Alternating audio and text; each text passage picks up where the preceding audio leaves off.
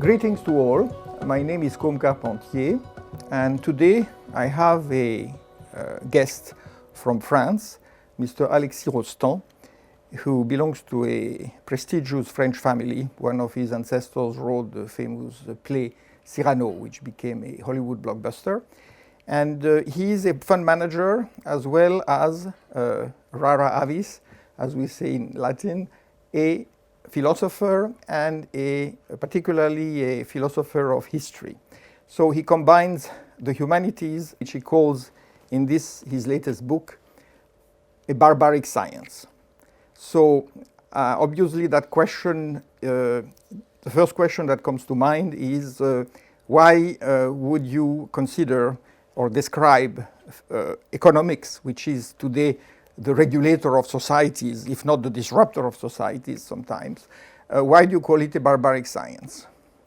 Thank you, Côme. Thank you for this question. To answer that in simple terms, I think there may be two reasons why the barbaric terms for philosophy applies. The first, I will start by saying that the economy as a science and as a discipline somehow, over the last maybe 300-400 centuries, became autonomous from philosophy and logic and anthropology at some point. And the reason for that was because of its success as a science, and because economy in itself, and whatever you can imply with it, but economy considered that it gave wealth, it produced wealth, and because of that, it becomes somehow autonomous from other science, so it's by, you would say, pride. It's a scene of pride. Economy considers itself a science, which I believe it isn't. And the barbaric aspect of that, it results in the fact that here again, over the last maybe 500 centuries, though there are long terms. You mean 5 centuries? 5 centuries, sorry, 5 centuries, at least in Europe, which is my framework. It tends to reorganize the discipline and the what we could say the cursus honorum, the pedagogical and the teaching, the university overall, through very distinct way of teaching. And by that it means that, as opposed to the previous states where the philosophy, specifically the humanities overall, played the central role, because the purpose of all the teaching was to create non-barbaric human beings, I would say. What we call civilized world, or humanist, if you say. Then it produced very distinguished cursus, and then typically the philosophy progressively was made totally independent from economy as a teaching, and then as a result, it's one of the theses, the conclusions it tended to produce, was I and some of the philosophers also call barbarians, which are fragmented, meaning human beings. And by fragmented, we mean people that are disconnected from their self, and that operate in different disciplines. Could it be economy, physics, or politics, with no not an integral view, with not an holistic approach of their own acting and of their own soul. So that's the first factors why economy somehow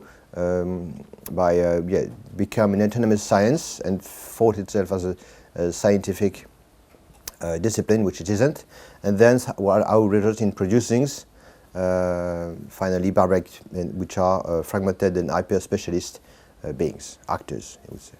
And you said there was a second reason. The first reason was that. The second reason, it's pretty much in between. It's because of also the progress of science overall, of the complexity of the world. The disciplines try to get over specialized, and as a result of that, and it's pretty much linked to the first reason, which is their success somehow, their complexities, their growing complexity. That tend to become all distinguished from another. And a good example of that is typically in the university, in French university or in the US university. We discussed yesterday about this book from Alan Bloom, where he describes how university became a series of parallel and not interconnected disciplines. They try to to produce hyper specialists in their field, and by here again by it's both the reason of the growing complexity of the disciplines and also a sense of pride somehow, or at least it resulted in the fact that there isn't, to a large extent, there isn't anymore what we call in French the culture générale, or the overall culture, overall cultures, sort of, and this idea that you can create bridge between disciplines, could it be economy, history, anthropology, theology, in order to produce to have an integral approach, and that's what would be the second reasons largely contribute to the fact that people, especially in economy, and it's very paradoxical because today, at least in Europe, you hear about a lot of impact finance, green finance, making sense of finance. But if you don't have the philosophical or at least a cultural tool to just know what moral philosophy and good is, then you're pretty much lost. Which is probably the reason why a lot of people, just in finance, are lost in their own field. So that's. In fact, when you were talking about that, it reminded me of my old friend Hazel Henderson, who was one of the founders of an environmentally and socially responsible economic theory at Harvard University. And she used to say that economists are not scientists, they are actually like lawyers, because they defend a particular theory, whether it is liberalism, neoliberalism, socialism. And as you know, one of the very notable French economists in the last few decades has been Piketty, whose theory has influenced a lot of the thinking today of what's happening. And that leads me to the question about you are managing a fairly large fund, Paris, Abu Dhabi, and a few other places in the world. And how do you apply, or how do you seek to apply your humanistic and interdisciplinary approach to the way that you run the funds and that you try to influence the companies in which you invest? Yeah, it's a good question, and indeed, Piketty, it's a very good example of what we could elaborate on how his success somehow tells about what we're discussing. For my activity, I basically I won't go into the detail of all what we do, but at least one I must say that I developed and built up this company with the initial idea of alignment of interest, but not only of interest, but of this integral being, or at least this spiritual quest, which means that I did not discover this idea of integrality and coherence after I developed that, but on the contrary, it was at least in what I can tell, it was a factor of success in that, because when you really believe in something, when you think it's your own soul and your own salvation at some point that is at stake, it's business-wise it's usually more efficient. At least and also in practical terms, what we are doing various things, but mostly we try to focus on very specific thematic. One of which being energy and green energy, which is a very large spectrum, and there is a lot of debate of whatever energy transition means.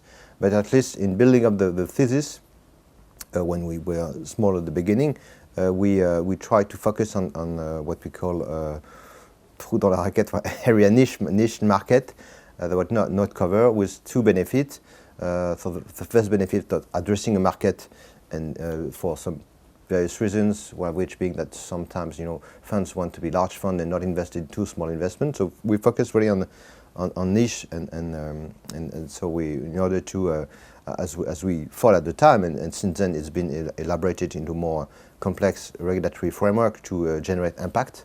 So what we call additionality, which is also a key concept in Europe on this impact. So we try to just to focus on area where we think would be more useful, because nobody goes there, and also on work on thematic, which are very can be complex, but that will require to assess. I mean, to have some fundamental technical expertise. So we are not generalists, but we are mostly engineer, and we focus on areas such as energy transitions, because that's where we have some background. So by combining these two ideas of trying to invent funds, new strategies, literally focusing on a specific aspect, and focusing on sectors such as long-term themes such as decarbonation, and then from that we created other socially beneficial. I think we were really in this view that you through what we call now impact finance, but it goes beyond what impact means. And I'm not even sure it means anything in India the way we think it, but we tried really to be in this integral approach that combine returns at some points, or at least a promise of perspective of returns. Otherwise, on the long run, any business cannot succeed, and impact and social benefit and non-purely economic benefits. So that's basically how we built up that. So in my view, for the last almost 10 years or 8 years, no incoherence in applying this quest and this in a business which is now indeed expanding. And so that's. But it's still and maybe the third factor. It's also being not. I don't know if we are an intellectual, but we try to put fundamental reflections at the start of any actions. Here again, in this idea. So we have in very practical terms. So that's why we continue teaching in Paris. Now in Abu Dhabi, we've created the think tank dedicated to green energy in Paris now in Abu Dhabi. So we try to as you do to combine perpetual reflections, so thinkings, I would say, or research and action, basically. This is your first visit to India, and I believe you have been here for only a day and a half. And as you know, India now has a very big focus on renewable energy, sustainable development, and the government refers to the Indian version of the philosophy of integral humanism, which was arguably defined by Mahatma Gandhi, but developed more specifically by Dayal Upadhyaya. So it is, do you think that India could be a very interesting new field of for your work and for your practice in terms of understanding the basis of the Indian traditional economic philosophy and comparing and perhaps combining it with the Western traditional spiritually based approach to human sciences and to society? Yes, certainly. As you were saying, I'm really discovering, I'm literally discovering India, and I had some interest in this part of the world, but it was very superficial up until it, and the benefit of at least being, on the other side of the Indian Ocean now makes it far easier to get there and start reading. I'm starting to be very fascinated, interested, and I'm sure there are many things to discover. And indeed, both in spiritual and economic ways, because everything is interrelated, as we also say, in that perspective, and also in the context of India becoming clearly an indisputable economic power and political power. It makes sense to put things into perspective. And not only from an economic point of view as well, because indeed it's part of the equation at some point, but also from a geopolitical point of view, in this context of massive geopolitical shift towards the east, and also on the other side to see how common, what's underlying the concept, and how our concept, be it in the in the economic or political world, can be put in perspective and can be reinterpreted in the way. And I'm sure, and having discovered this relation between Jacques Maritain and India, there are many other potential influence because between our civilization area and including in the economic world. Typically, one subject I'm trying to do research on now, it's to compare some economic concept. The history of some economic concept, such as interest rate or fair price, in the Christian and Muslim world, because there have been a lot of interconnection, and some of the key concepts of the economy today were at some point elaborated in the University of Salamanca in the 14th, 15th century, where there had been an obvious Muslim influence for some times. And I'm pretty sure that if I go even far eastern, there would be some key concepts that probably in our current economic framework in the Western world today, that originates in this valley or in India, and just need to dig a bit further. So clearly, I'm sure that there is a lot of cross-fertilizations. I would say there is a common interest in many different plans, and that's here again the benefit of trying to have some integral approach of everything, which is to combine the diverse level of knowledge and actions, and specifically on the economic aspects. There are certainly lots of connections between Europe and India, and specifically France at some points. So I'm just starting from there, but I'm sure there's many things to be done. Well, that of course, when you mention the raise of interest and the issue of the philosophy behind interest charging, or perhaps the indefensibility of interest charging, as you know, there is in Thomas Aquinas, whom you have studied, that famous you might say, example given of the glass of water, that if you give somebody a glass of water, you can perhaps charge him for the water or whatever other liquid, but you shouldn't take a interest on the glass, because that is excessive, and that is of course the nature of the interest rate concept, which in itself is highly disputable. But now, since you are obviously rooted in France and Europe, and since your initial work has all been done in a European and Euro-American context, I'd like to ask you how you see the current state of the European and French economies, which in a way reflects what's happening in America too, because you have written articles on the current situation of the French economy, and particularly the very acute problem of the debt, which has become so large that it is literally practically bringing the economy to a halt or bringing it down. Now, this of course leads to a wider discussion about what's happened to the West. And as you know, Emmanuel Todd, one of the leading intellectuals of France, has written that the West has now been defeated. What is your view on that, and how do you briefly define the reason for what seems to be an irresponsible economic policy? Because, as we know, economy is about saving and balancing your budget, not spending more than you earn. And yet we are now on a course of endless debt, which seems to be increasingly heavy on the very performance of the economy and of the welfare of society. Yeah, clearly the debt in issue. Surprisingly, up until maybe with 4 or 5 years, the debt in France wasn't an issue. It's fairly recent, actually, at least in the debate, and obviously it does need to be put in perspective with the COVID crisis and the additional burden of something like 800 billion euro over a short period of time. So now, and plus the increase in interest rate, which also is fairly recent. So we've over the last maybe a year or so, even it's a matter of weeks in France, it's fairly new debate, I would say.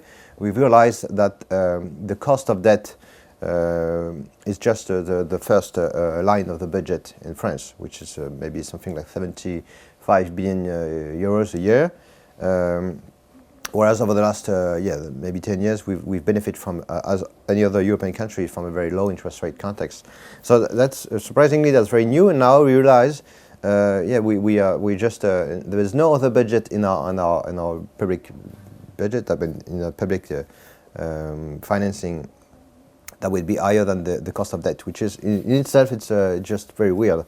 But it's a result of a long, it's been sometimes maybe 20, 30 years of constant deficit, and now we think we are at a point where it becomes critical, and so that's an issue, because if with this amount of debt, and if you just take the the idea is that the cost of the debt itself, for the first time, it's the first cost of the state. Yeah, the highest percentage of the state budget. Yeah, sorry, that's an issue far beyond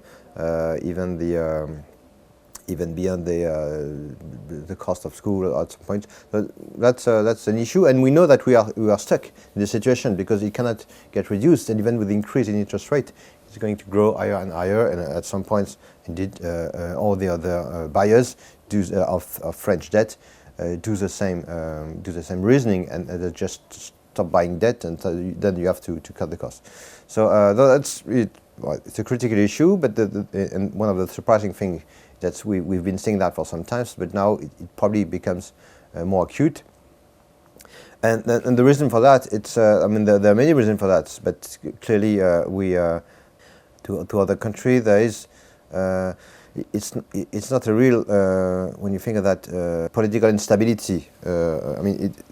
From an outside world, French it seems to be fairly stable. We have the same president now for 7 years, but still we have.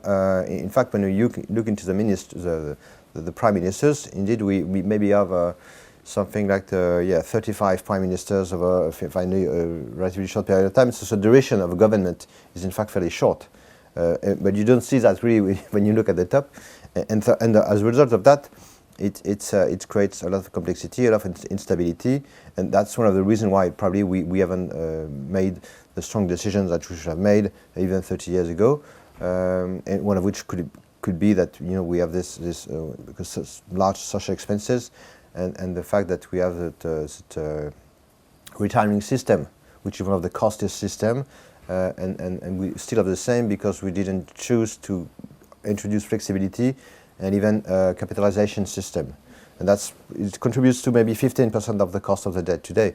So which is that has been done 30 years ago, so we haven't done that, and so we're pretty much stuck. One of the reasons is it's very new. Is this instability, this lack of political courage at some point, and but again, it's something that we French are fairly familiar with. I mean, we know that every 200 years at some point, if you look at history, and that's also somehow a benefit of this integral approach that combines history and economics. We've had this debt crisis since Hugues Capet at some point. 12th century. In 12th century, and we just know that the last big it was just before Charles de Gaulle in 58 realignment at some point. We obviously had the revolution with the assignats. So we know that so many culturally, even though French changed in many ways, including its people, we know that we've been there already. Now and we also know that when it happens, usually it goes with a massive political shift or change, be it a revolution or whatever. So that's and here again, that's an interesting consideration, and which just says that it sort of acknowledge the fact that economic spheres and political are interrelated, and political events, large events, are not autonomous in itself. They are usually determined by economic factors, as we say, and you need to put that in perspective. So clearly, if you, as a consequence of that, you may anticipate that economic disarray will have some political impact. We don't know exactly which one, but it's a factor of large instability, and at some point we just know that if it's just a matter of you can believe that possibly outside world, including the US, the Chinese government, continue buying French debt, French bond, which means the case. But here again, another factor maybe new as well. It's the fragmented political order globally tend to reallocate massive amounts of capital, and one of the conclusions of that could be that the less bondholders, less international investors that still represent like 56% of the investors in our of the French bondholders.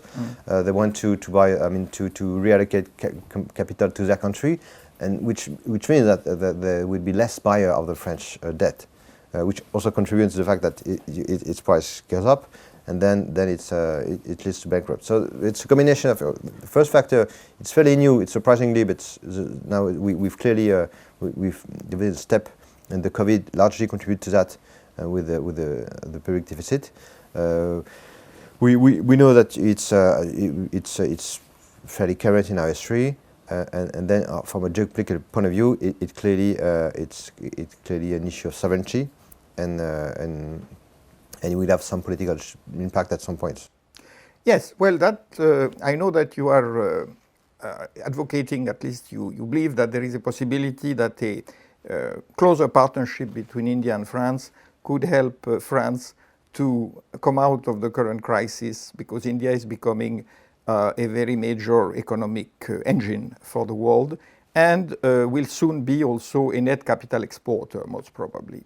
So you believe perhaps that there is a role to be played by institutions like yours, which are working on international markets and helping French companies to go abroad, and likewise helping bring Indian companies and investments into foreign markets, including the European ones. Yeah. Again, certainly. I mean, the French and India have a good partnership so far, and it's but it's need to be built up. And there's certainly many things to be done. And even myself, I mean, when we were discussing, I was even surprised to realize that there are so few French people established in India, which is the largest country in the world, and we have an ancient common history with the Pondichéry and etc. But I have this idea, and here again I'm rediscovering that we could do far more, because we have many reason to do that. One of which being indeed that we are in a more fragmented world, in the European Union context, which is clearly saying, and I think many people acknowledge that it hasn't really realized its promises, and it's not even. I mean, we don't really benefit from that at some point. We need to I'm sorry, you said, I didn't hear that quite clear. You said what you didn't benefit from? Sorry, it's the European Union yes. as a political structures.